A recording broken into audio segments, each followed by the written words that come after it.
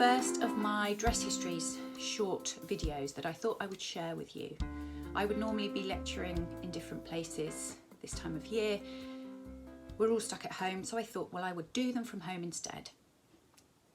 Just a short 10 minutes of some of the research areas that I'm really interested in, and I thought you might be too. Today I'm going to start with an area that has long been an interest of mine.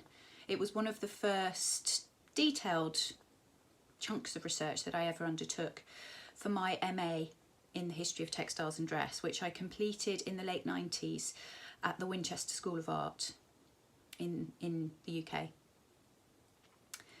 And I looked at the clothing of early women mountaineers from about 1850 to around 1914, the outbreak of the First World War, when many of their activities had to naturally cease, particularly in Europe.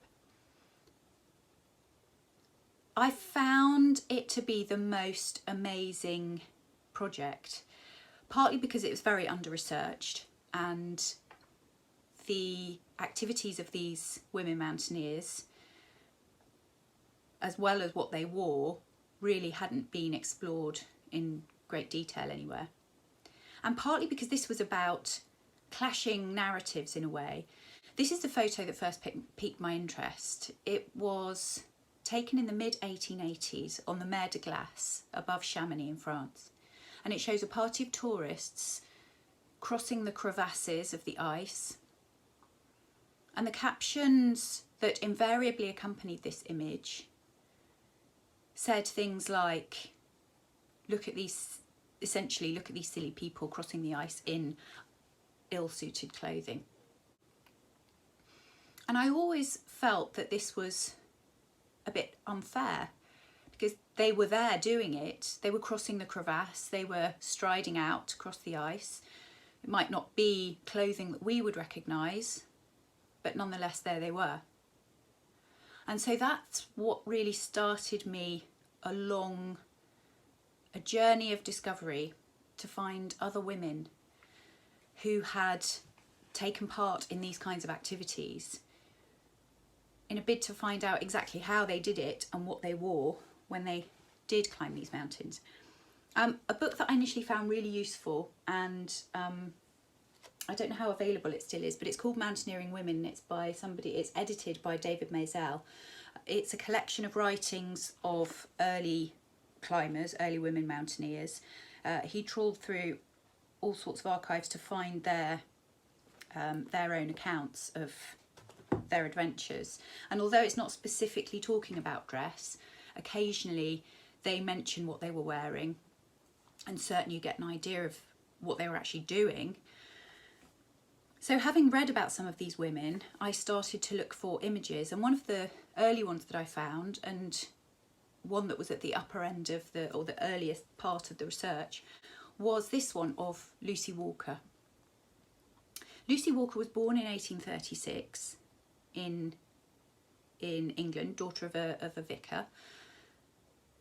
And here in this picture you can see her with her father and 3 guides in the clothing that she wore when she was climbing in the Alps.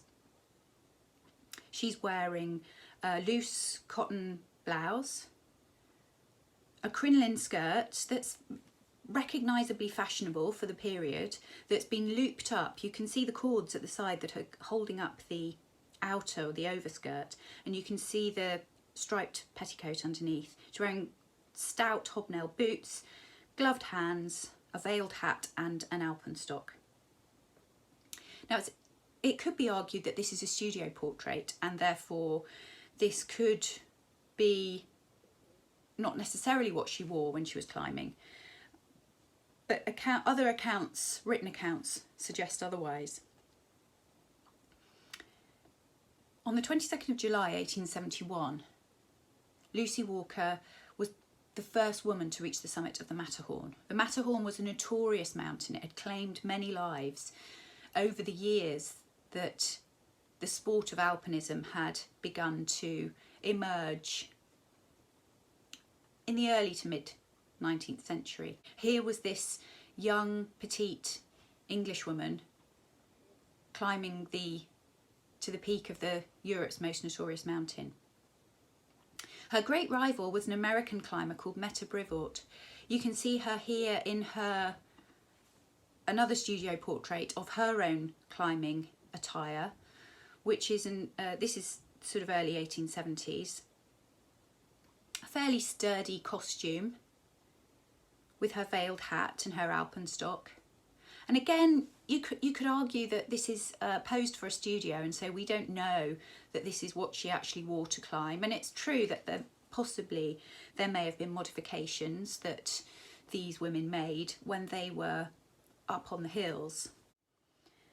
But the 1860s and 1870s did see a greater emergence of photographs that were taken outdoors. As exposure times changed, it meant that outdoor photography became more feasible. And so you do start to see remarkable photographs like this one. Here you have a party climbing across the kind of apex of a ice wall, or certainly whether it's a glacier or the peak of a crevasse. And this is taken in possibly the late 1860s, early 1870s, and here you can undoubtedly make out that these women are wearing long skirts, petticoats underneath. It's the fashionable silhouette of the period. So regardless of whether the studio portraits are accurate or not, there is evidence to suggest that those are the kind of garments that these women were wearing when they were making their ascents. It's very easy to talk about how foolish these decisions were, and that's in other videos. I'm quite interested in talking about that. But here we have women taking to the hills in the garments that were available to them, and doing so really successfully. Another of the early photographs I came across was from a fantastic archive in the UK, which was actually the Thomas Cook archive. Thomas Cook of the travel industry, Thomas Cook. Their archive in Peterborough were always enormously helpful, and they sent me a series of images, including this one, of a party that were climbing in Switzerland. You can see one of the most interesting clothing strategies from this period, from the 1860s, marked on the creases of the lady's skirt here. Her striped skirt has got a panel of creasing around the bottom, which indicates that when she was climbing, walking, she would elevate the skirts, probably by a series of strings of cords that were attached to the inside of the skirt, a bit like a Roman blind, so that when you pull the cords at the waistband, it would raise the skirt up from the bottom, however many inches, and could be secured by a button at the top. And it was an adaptation that some women chose to make when they were walking and climbing in the hills. The other way of doing it was the Lucy Walker version of having a cord that kind of caught the petticoat up from the bottom, with a button that secured it part way up in the middle. And so here they were. These were the first women that I really encountered whose stories began to piece together a picture of success and endeavour and achievement in clothes that had always been written off as impractical. They were making their mark, although have been far less well documented in the subsequent generations of climbers that followed.